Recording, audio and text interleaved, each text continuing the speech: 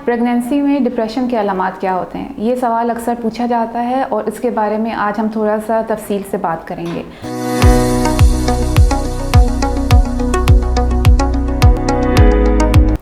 मेरा नाम डॉक्टर सदफ है। मैं साइकाइट्री डिपार्टमेंट से ताल्लुक़ रखती हूँ। मैंने खैबर मेडिकल कॉलेज से अपनी ग्रेजुएशन की है। साथ में मैंने MSc psychiatry Cardiff University UK से किया है। साथ I am a diploma holder in psychotherapy. मुझे साइकाइट्री से काम करते हुए 5 साल हो गए हैं। इस एक्सपीरियंस को मैंने अपनी लाइफ में इस तरह से लाया है कि मुझे लोगों की जो प्रॉब्लम्स हैं, जो ख़वातीन के स्पेशली नफ्सियाती प्रॉब्लम्स हैं, उनके साथ रिलेट करने का मुझे बहुत इंटरेस्ट है। मैं ये चाहती हूँ कि मैं लोगों के नफ्सियात को समझूं और उनको उसमें हेल्प आउट करूं कि अगर उनको कोई नफ्सियाती बीमारी है, जैसे डिप्रेशन है, एंग्जाइटी है, पैनिक है, उसको वो आइडेंटिफाई कैसे करें, वो उसको समझें कैसे कि ये एक बीमारी है जिसका इलाज मुमकिन है और जिसके लिए हम जाके हेल्प सीक आउट कर सकते हैं।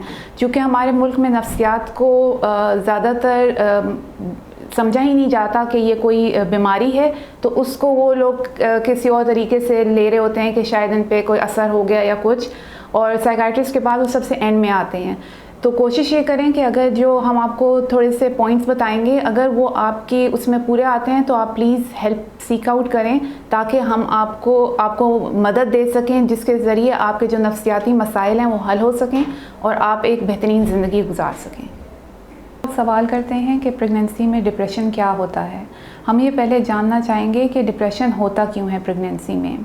प्रेगनेंसी के अलावा डिप्रेशन आम लोगों को भी होता है। मर्दों औरतों में जो है डिप्रेशन आमतौर पे पाया जाता है।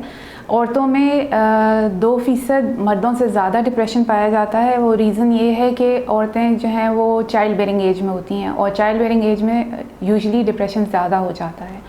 उसकी वजूहात में से कुछ ये हैं कि हम ये जानना चाहेंगे कि वो होता क्यों है। कुछ होता है फैमिली हिस्ट्री, जैसे आपको जेनेटिकली आपकी फैमिली में पेरेंट्स में किसी को डिप्रेशन है, उसकी वजह से आपको डिप्रेशन हो जाएगा। प्रेगनेंसी में चांस ज़्यादा हो जाता है। आप अकेले रह रहे हो, आपकी अनप्लान्ड प्रेगनेंसी है, आपकी ज़वाजी ज़िंदगी में प्रॉब्लम्स चल रहे हैं, ये कुछ वजूहात हैं जिनकी वजह से आपको डिप्रेशन हो सकता है। इसके अलावा आपने अपने दिमाग में ये रखना है कि अगर आपको प्रेगनेंसी में डिप्रेशन हुआ है तो मोस्ट प्रोबेबली आपको पैदाइश के बाद, बच्चे की पैदाइश के बाद भी डिप्रेशन हो सकता है। उसको पोस्टपार्टम डिप्रेशन कहते हैं। तो उनको यूजुअली कभी कभी बेबी ब्लूज़ भी कहते हैं। लेकिन अगर आपको कोई सिम्टम्स फील होते हैं तो प्लीज़ डॉक्टर को ज़रूर रजू करें, क्योंकि उसका इलाज बहुत ज़रूरी होता है माँ और बच्चे की सेहत के लिए। प्रेगनेंसी में डिप्रेशन के अलामात क्या होते हैं? ये सवाल अक्सर पूछा जाता है और इसके बारे में आज हम थोड़ा सा तफसील से बात करेंगे।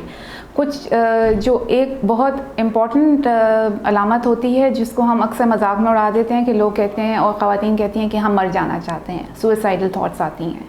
ठीक है, इसके अलावा एक थॉट ये आती है कि मैं तो किसी काबिल ही नहीं हूँ, मैं कुछ कर नहीं सकती, मैं एक बेकार इंसान हूँ, मेरी लाइफ में कोई वर्थवाइल चीज़ नहीं है। बहुत ज़्यादा गिल्ट होता है अपने बारे में कि मैं चीज़ें टाइम पे नहीं कर पा रही, मैं अपनी फैमिली का ख्याल नहीं कर पा रही। जो चीज़ें आपको पहले अच्छी लगती थी करना, जैसे अपने आप को साफ़ सुथरा रखना, संवारना, खाने पीने का ख्याल करना, घर को अपने साफ़ सुथरा रखना, ये सारी चीज़ें शायद आपको करना नापसंद होना शुरू हो जाए। आपके दिल के अंदर जो ये जज्बात प्रोड्यूस होना शुरू होते हैं, इनको आप इग्नोर करना शुरू कर देते हैं कि नहीं ये गलत है, मैं एक गलत मौके पे हूँ, मेरी तबीयत बहुत ख़राब और बोझल है, लेकिन मैंने किसी को बताना नहीं है क्योंकि लोग मेरा मजाक उड़ाएंगे। ये चीज़ भी एक बहुत कॉमन अलामत होती है डिप्रेशन के अंदर, जिसकी वजह से हम इसके बारे में किसी से बात करने से डरते हैं और हमें ये लगता है कि लोग हमें जज करेंगे। प्लीज़ ऐसा ना करें। अगर आपको इनमें से कोई भी अलामत महसूस होती है तो आपके पास करीबी जो भी डॉक्टर हैं उनसे ज़रूर कंसल्ट करें और इसके बारे में बात करें। प्रेगनेंसी में डिप्रेशन का इलाज ज़रूरी क्यों होता है? ये एक आम सवाल है। लोग अक्सर पूछते हैं कि जी मैं तो प्रेग्नेंट हूँ, मुझे इलाज की क्या ज़रूरत है, मेरे बेबी पे इसका इफ़ेक्ट होगा, मैं डॉक्टर के पास नहीं जाना चाहती, मैं ठीक हूँ। लेकिन ये एक बहुत गलत तासुर है। इसके लिए ज़रूरी ये है कि आप पहले ये समझें कि अगर आप डिप्रेस्ड हैं और आप दिन में ज़्यादा वक्त उदास रहती हैं, कमरे में बंद रहती हैं, अपना ख्याल नहीं रखती, आपको खाने पीने की आपके अंदर न्यूट्रिशनल डेफिशिएंसीज़ हो सकती हैं, आपकी लाइफ के अंदर जो और परेशानियाँ हैं वो आपको इतना ज़्यादा अपने प्रॉब्लम्स में इतना ज़्यादा घेर लेती हैं कि आपकी जो नफ्सियात हैं वो आपके बेबी की ग्रोथ के ऊपर इफ़ेक्ट लाती हैं। जो आपका बेबी अभी पैदा नहीं हुआ वो आपके जो नफ्सियात का स्ट्रेस है वो महसूस करता है, जिसकी वजह से उसकी ग्रोथ इफ़ेक्ट हो सकती है। तो 2 लाइफ्स के ऊपर इसका इम्पैक्ट आएगा। तो इसलिए बहुत ज़रूरी है कि आप अपनी सेहत का ख्याल रखें। अपनी जो नफ्सियाती दबाव है उसको कम करने के लिए आप ट्रीटमेंट हासिल करने के लिए ज़रूर कोशिश करें। ये बहुत आसान है। अब आप हेल्थ वाई की ऐप के ऊपर आके किसी भी वक्त डॉक्टर से कंसल्ट कर सकते हैं। उससे आपको फ़ायदा ये होगा कि एक तो कुछ लोगों को ये झिझक होती है कि हम घर से बाहर जाएंगे, लोगों से को पता चलेगा कि मैं साइकाइट्रिस्ट से मिल रही हूँ या साइकोथेरेपिस्ट से मिल रही हूँ, थोड़ा प्राइवेसी का मसला आ जाता है। तो उसके अंदर अगर आप इस तरह की हेल्प हासिल करना चाहती हैं तो वो आपको फ़ायदा ये देगा कि आपको अपनी अलामात जो आप महसूस कर रही हैं वो डिस्कस कर सकेंगी। फिर आप अपना ट्रीटमेंट प्लान उनसे पूछ सकती हैं कि मुझे अगर प्रेगनेंसी के अंदर क्या क्या ऑप्शंस हैं, मैं किस तरीके से अपना इलाज कर सकती हूँ, और ये पॉसिबल है। पूरी दुनिया में ये होता है, तो हमें इस चीज़ का फ़ायदा उठाना चाहिए। एक सवाल जो अक्सर पूछा जाता है वो ये है कि प्रेगनेंसी में डिप्रेशन से कैसे बचा जा सकता है। इसकी कुछ टिप्स हैं जो मैं आपके साथ शेयर करती हूँ, जो कि अक्सर लोगों को पता होती हैं लेकिन वो फिर भी उनके ऊपर अमल करते हुए थोड़ा सा बेहतियाती कर लेते हैं। उसके अंदर आपको थोड़ा सा कॉन्शियस एफर्ट करना है कि अगर आपको प्रीवियस प्रेगनेंसी में डिप्रेशन हुआ है या आपकी फैमिली हिस्ट्री है या आपको महसूस हो रहा है कि आपकी तबीयत थोड़ी सी नीचे की तरफ जा रही है, तो सबसे पहले आपने अपनी डाइट का ख्याल रखना है। मोस्टली औरतें जो प्रेग्नेंट होती हैं वो जाती तो हैं डॉक्टर्स के पास और उनको सप्लीमेंट्स वगैरह देते हैं, लेकिन वो उनको प्रॉपर्ली नहीं यूज़ करती। उनको ये लगता है कि इसकी कोई ज़रूरत नहीं है, लेकिन वो बहुत ज़रूरी होते हैं, आपने वो ज़रूर करना है। हल्की फुल्की एक्सरसाइज ज़रूर करें, वॉक कर लिया करें। अक्सर औरतें जो हैं वो प्रेगनेंसी में तो कहती हैं कि हम कुछ नहीं कर पाते, कि हमें कुछ हो जाएगा। That's a very wrong concept. आपको ज़रूर अपनी एक्सरसाइज के ऊपर ध्यान देना चाहिए। कम से कम 30 मिनट्स एवरी डे आपको वॉक या कोई भी हल्की फुल्की एक्सरसाइज ज़रूर करनी चाहिए।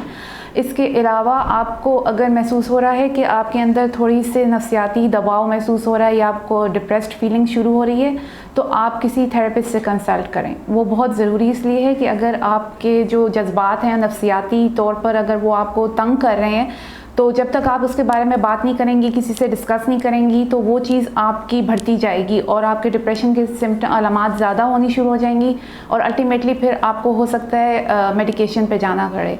तो बेहतर है कि आप शुरू में ही एहतियात करें।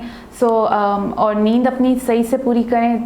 बेसिक चीज़ें हैं, खाना अपना ख्याल रखें, अच्छे से सोएं और एक्सरसाइज करें। ये 3 चीज़ें आप करेंगी तो मोस्ट प्रॉबेबली आपका रिस्क ऑफ डिप्रेशन जो है वो नॉर्मल हालात से बहुत कम हो जाएगा। क्या प्रेगनेंसी में डिप्रेशन का इलाज करने के लिए साइकोलॉजिस्ट से मशवरा करना ज़रूरी होता है? अच्छा, ये एक सवाल बहुत गहरा सवाल है और बहुत ज़रूरी सवाल है जो कि अक्सर लोगों को पूछना चाहिए, लेकिन हम नहीं पूछते क्योंकि हमको लगता है कि ये रेलेवेंट नहीं है। जब आपको महसूस होने लगे कि आपके नफ्सियात में कोई बदलाव आ रहा है, आप जैसे पहले महसूस करते थे, खुश रहते थे, अपनी ज़िंदगी के सारे काम खुशी से कर रहे थे, एंजॉय करते थे लाइफ को, और अगर अब वो कम हो गया है तो उसके लिए ज़रूरी है कि आप इसको किसी साइकोलॉजिस्ट से या साइकेट्रिस्ट से डिस्कस करें। उससे फ़ायदा ये होगा कि आपको थोड़े से अर्ली सिम्टम्स जो ही आपके आना शुरू होंगे, आप उसको उसी वक्त पकड़ लेंगी और आपकी ट्रीटमेंट बहुत आसान होगी और वो जल्दी हो सकेगी। चूँकि नफ्सियात के बारे में लोगों के बहुत ज़्यादा नैरो व्यूज़ हैं। वो कहते हैं कि नफ्सियात पहले तो मानते नहीं हैं कि किसी को डिप्रेशन हो सकता है, और स्पेशली प्रेगनेंसी में चूँकि औरतों को वैसे ही बहुत वनरेबल समझा जाता है कि ये तो बहुत नाजुक सी हैं, तो इनको तो कुछ भी होता है, तो डॉक्टर के पास नहीं ले जाना, दवाइयाँ नहीं खिलानी, किसी से एक्स्ट्रा बात करने की ज़रूरत नहीं है। उनको इतना दबा देते हैं कि वो अपने एहसासात बताने से महरूम हो जाती हैं, और अगर उनको सिम्टम्स फील भी हो रहे होते हैं तो वो डिस्कस करने से हिचकिचाती हैं। ये मेरी आपसे रिक्वेस्ट है कि अगर आपको जहाँ भी महसूस हो कि आपके नफ्सियात के अंदर कोई बदलाव आ रहा है, तो आप ज़रूर रीच आउट करें हेल्प के लिए, और साइकोलॉजिस्ट से ज़रूर बात करें, साइकाइट्रिस्ट से बात करें। वो आपको गाइडलाइंस दे देंगे। उसके लिए ज़रूरी नहीं है कि आपको हर दफ़ा साइकोलॉजिस्ट के पास जाना पड़े।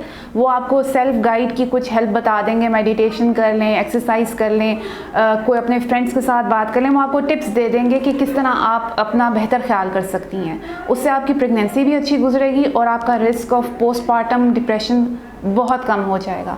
सो इट इज़ एडवाइजेबल कि आप ज़रूर साइकोलॉजिस्ट से रेफ़र करें ड्यूरिंग प्रेगनेंसी अगर आपको सिम्टम्स आ रहे हैं डिप्रेशन के।